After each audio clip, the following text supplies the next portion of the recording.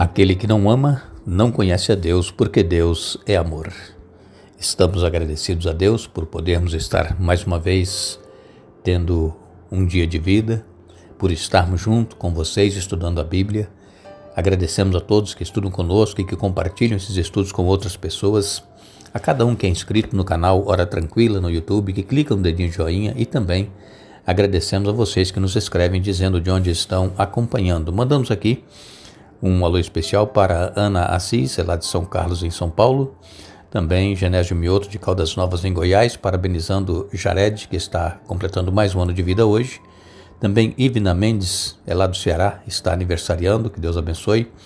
Mandamos um alô especial para Nádia Cristina, que pede orações por ela, pela família e por uma causa na justiça. Também um alô especial para Lousa André, lá em Porteiras, no sul do Ceará. Ela pede orações pela Francisca Ângela, que passou por cirurgia, que ela possa se recuperar segundo a tua vontade, Pai. Também mandamos um alô especial para Hilda Pereira, lá de Mauá, em São Paulo, que pede que oremos pelo seu marido Eliseu e também pelos filhos Edilson e Michel. Um alô para Daniela Leal, de Itaiobeiras, em Minas Gerais. Também Selma Alves pede que oremos por Maria Alice. Ela perdeu seu irmão num acidente, que seja confortada e fortalecida por ti. E todos os demais que nos escrevem, nós agradecemos e mandaremos sempre um alô para vocês. Iremos orar. Eterno Deus e Pai que estás nos céus, a ti, a nossa gratidão por mais este dia de vida, por estes momentos que temos para estudarmos a tua palavra, que teu Espírito Santo fale conosco, nos ajude a entender, colocar em prática em nossa vida os teus ensinamentos.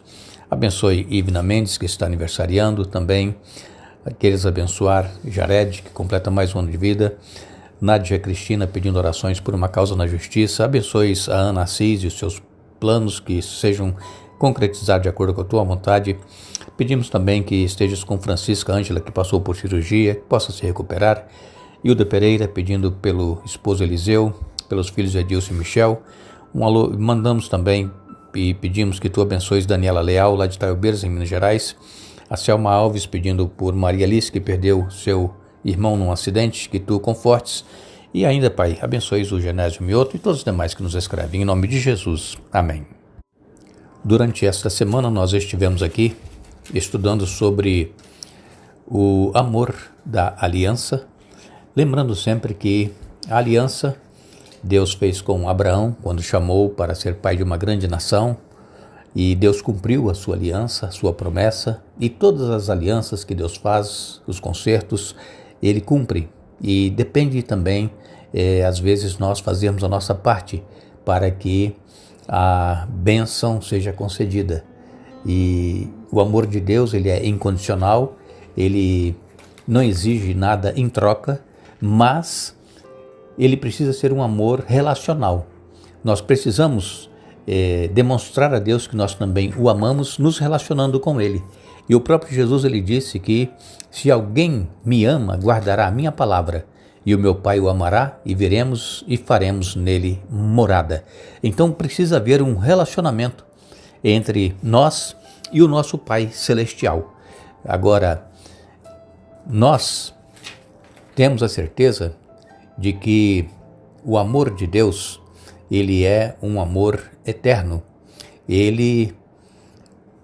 Deus tomou a iniciativa, mesmo antes de criar o ser humano, de que ao ele criar o ser humano, se o ser humano viesse a pecar, Jesus viria para dar a vida em lugar do ser humano, para resgatar o ser humano. Então, quando Adão e Eva pecaram, Deus não foi pego de surpresa, porque ele já tinha um plano estabelecido. Se a pessoa falhasse, o ser humano falhasse, Deus iria enviar Jesus, e assim aconteceu. Todos os dias, Deus passava lá no Jardim do Éden, conversava com Adão e Eva, e nesse dia que eles pecaram, eles se esconderam de Deus porque tiveram vergonha, tiveram medo, estavam nus, perceberam que estavam nus.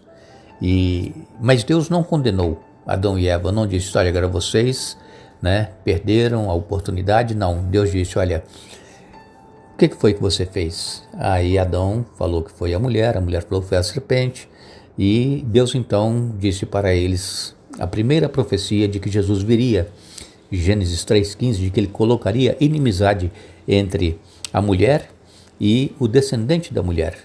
E esse descendente da mulher é Jesus. E então Quando Jesus morreu na cruz do Calvário, segundo está relatado lá em Gênesis 3,15, a serpente ia ferir o calcanhar do descendente da mulher e o descendente da mulher iria esmagar a cabeça da serpente, porque a morte de Jesus na cruz do Calvário foi o golpe final sobre Satanás. Satanás já havia sido derrotado lá nos céus, quando ele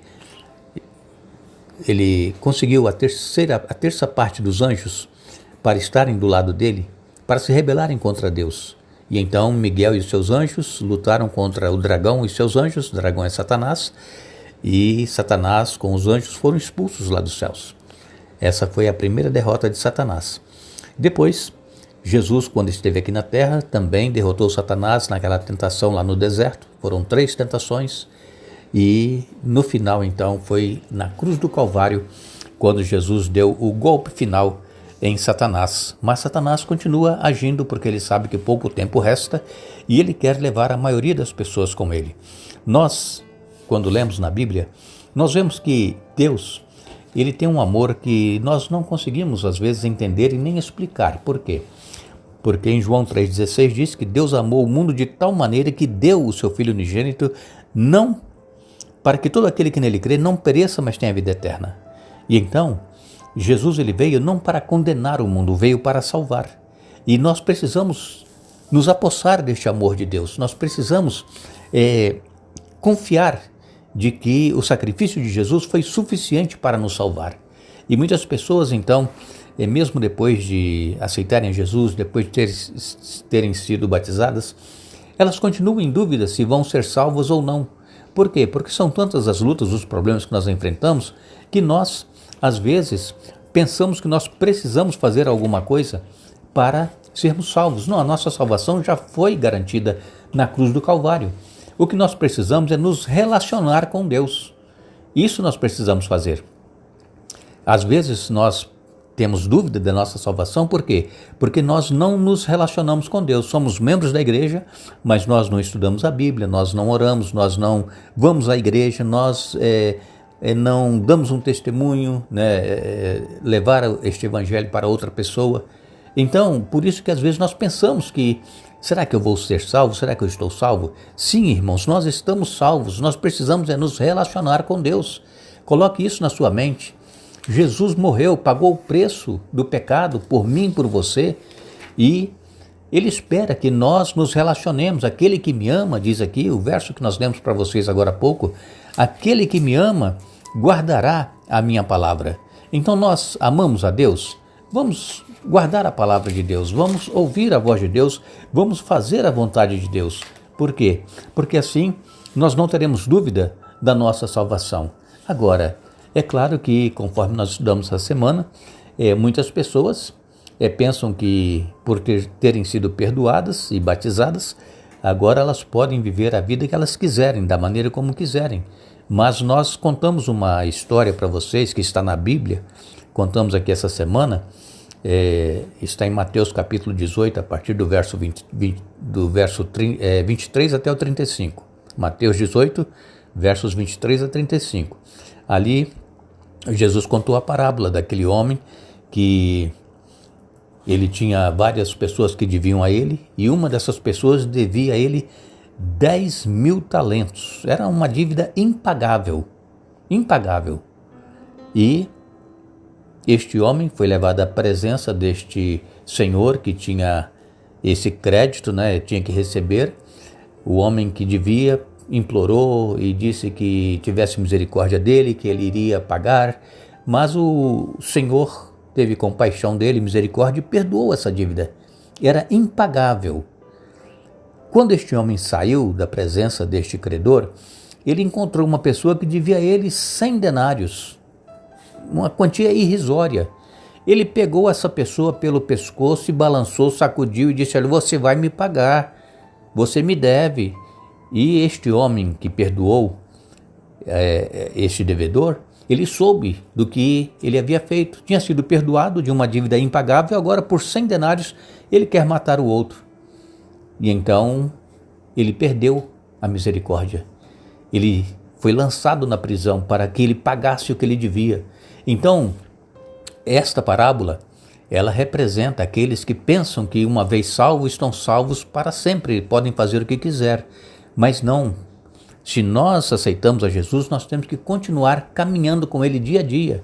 Nós precisamos cada dia reconhecer que somos pecadores, que necessitamos do perdão de Deus e que nós precisamos nos relacionar com Ele para que nós não percamos a salvação. E falamos também aqui essa semana que a salvação ela é dada de graça e de graça também nós precisamos transmitir esta mensagem de salvação às outras pessoas. E precisamos, irmãos, ir a Jesus, levando a Ele as nossas necessidades, as nossas alegrias, as nossas tristezas, as nossas preocupações, os nossos temores. Nós precisamos nos sentir aliviados destes problemas que nós carregamos conosco. E Jesus mesmo, ele disse: vinde a mim, todos vós que estáis cansados e sobrecarregados, e eu vos aliviarei. Então nós precisamos entender que Deus ele está esperando por cada um de nós. Deus está desejoso em caminhar conosco, nos dar forças e nos dar vitória sobre as lutas e os problemas que nós enfrentamos. Mas para isso, nós precisamos ir a Ele cada dia. Logo pela manhã, ao acordarmos, ter uma comunhão com Ele, ter um relacionamento com Ele, colocar a nossa vida nas mãos dEle e deixar que Ele guie e que Ele faça o melhor por cada um de nós. Nós queremos agradecer a todos vocês que estiveram hoje conosco estudando a Bíblia. Nós retornaremos no domingo para dar sequência a esta série falando sobre o amor e a justiça de Deus. Desejamos a todos vocês um bom dia, um feliz dia da preparação, um feliz sábado que é amanhã. Mas lembramos a todos vocês que a Bíblia diz: com amor eterno te amei, por isso com benignidade te atraí. Jeremias capítulo 31, verso 3. Que Deus nos abençoe.